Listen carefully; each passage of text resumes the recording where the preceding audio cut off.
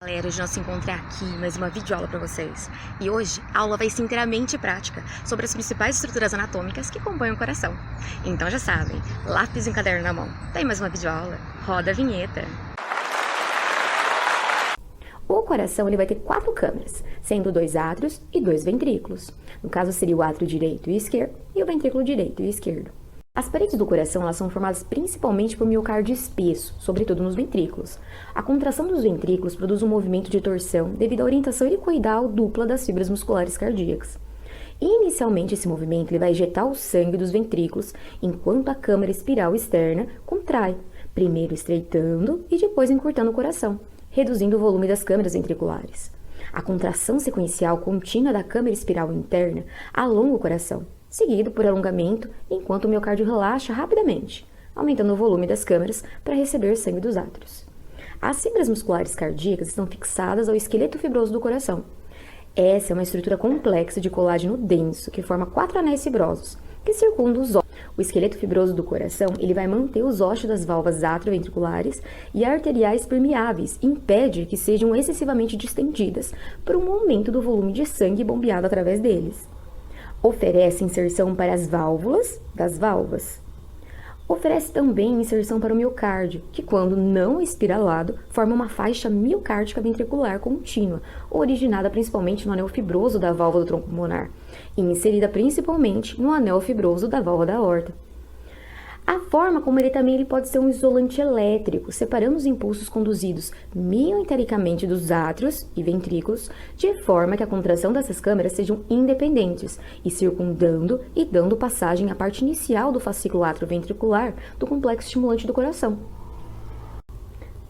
Na parte externa, os átrios são demarcados dos ventrículos pelo sulco coronário e os ventrículos direito e esquerdo são separados pelos sulcos interventriculares anterior e posterior.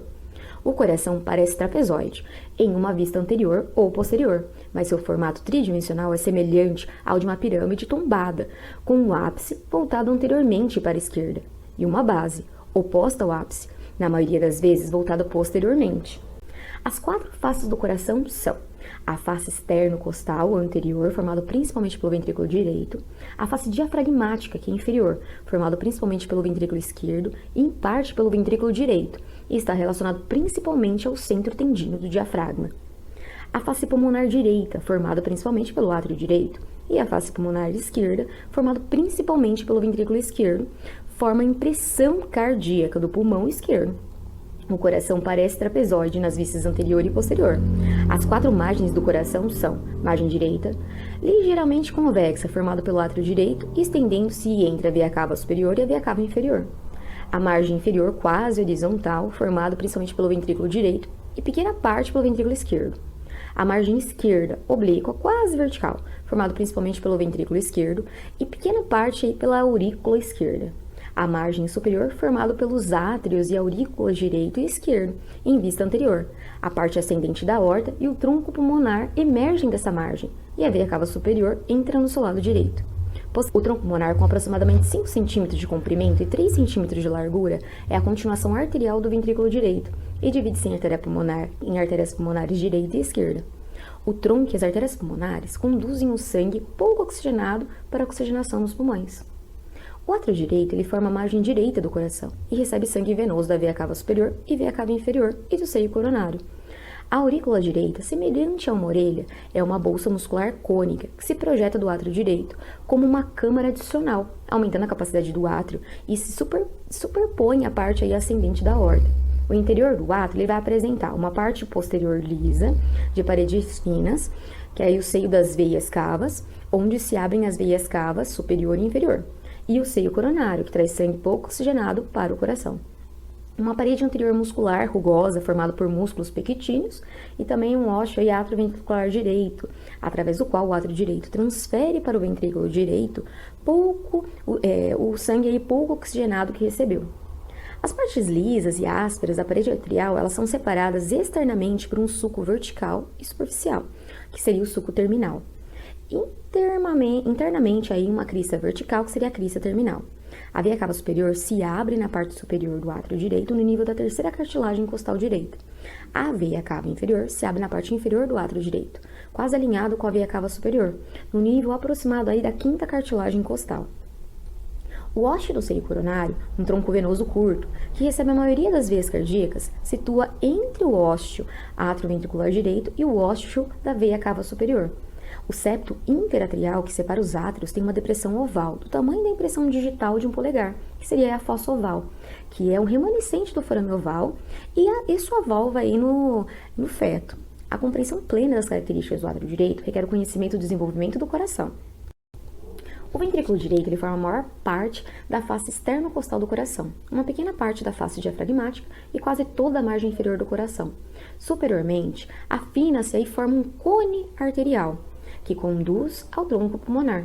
No ventrículo direito existem elevações musculares irregulares, que são as trabéculas cárneas, em sua face interna. Uma crista muscular espessa, a crista supraventricular, separa a parede muscular rugosa na parte da entrada da câmara da parede lisa do cone arterial ou da parte de saída. A parte de entrada do ventrículo recebe sangue do átrio direito através do ósseo atrioventricular direito. A parte ascendente da aorta, ela começa no ósseo da aorta. Seus únicos ramos são as artérias coronárias, originadas nos seios da aorta. A parte ascendente da aorta é intrapericárdica. O arco da aorta, a continuação curva da parte ascendente da aorta, vai iniciar posteriormente a segunda articulação externo-costal direita, no nível do ângulo do externo. O arco ele vai terminar formando a parte descendente, torácica da aorta, posteriormente a segunda articulação externo-costal esquerda. Os ramos habituais do arco da aorta são o tronco bracocefálico, a artéria carótida comum esquerda e a artéria subclávia esquerda. O tronco bracocefálico é o primeiro e maior ramo do arco da aorta. Vai originar posteriormente ao manúbrio do externo, onde está anterior à traqueia e posterior à veia bracocefálica. A artéria carótida comum esquerda é o segundo ramo do arco da aorta. Origina-se posteriormente ao manúbrio do externo, ligeiramente aí posterior e à esquerda do tronco bracocefálico. A artéria subclávia esquerda, o terceiro ramo do arco, origina-se da parte posterior do arco da aorta, imediatamente posterior à artéria carótida comum esquerda. Vai ascender lateralmente a traqueia e a artéria carótida comum esquerda no mediastino superior.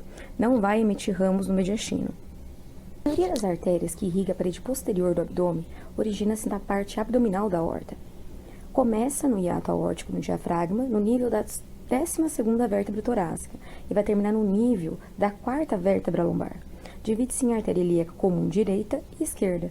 A parte abdominal da aorta pode ser representada na parede anterior do abdômen por uma faixa que se estende de um ponto mediano aproximadamente a 2,5 centímetros superiormente ao plano transpilórico. A artéria axilar começa na margem lateral da primeira costela, como a continuação da artéria subclave, e termina na margem inferior do músculo redondo maior. Vai seguir posteriormente ao músculo peitoral menor até o braço e torna-se a artéria braquial, quando passa pela margem inferior do músculo redondo maior, geralmente aí tendo chegado ao úmero. A artéria braquial ela é responsável pela irrigação arterial principal do braço e é a continuação da artéria axilar.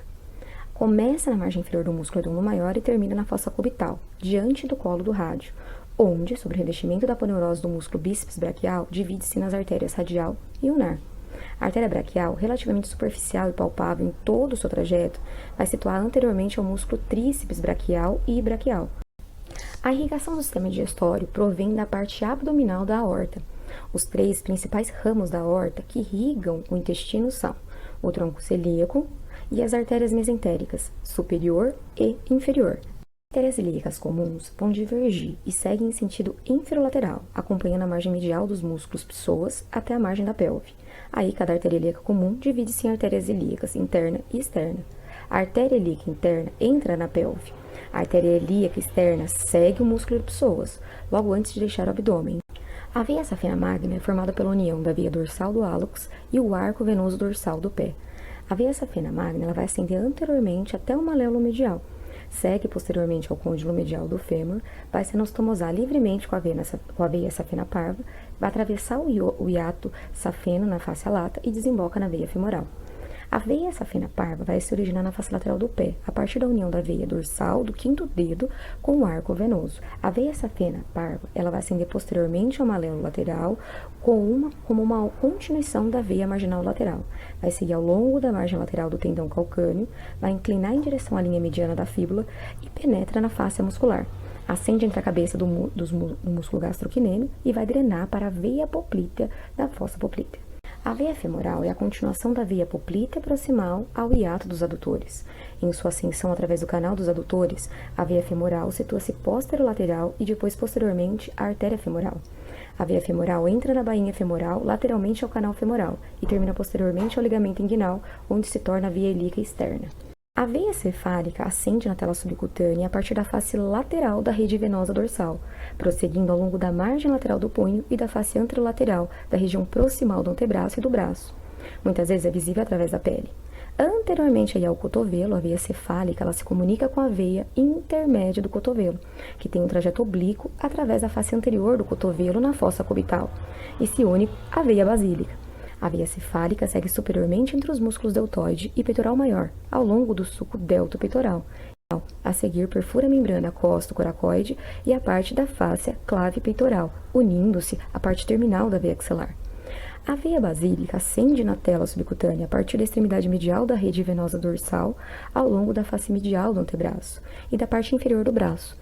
Muitas vezes é visível através da pele.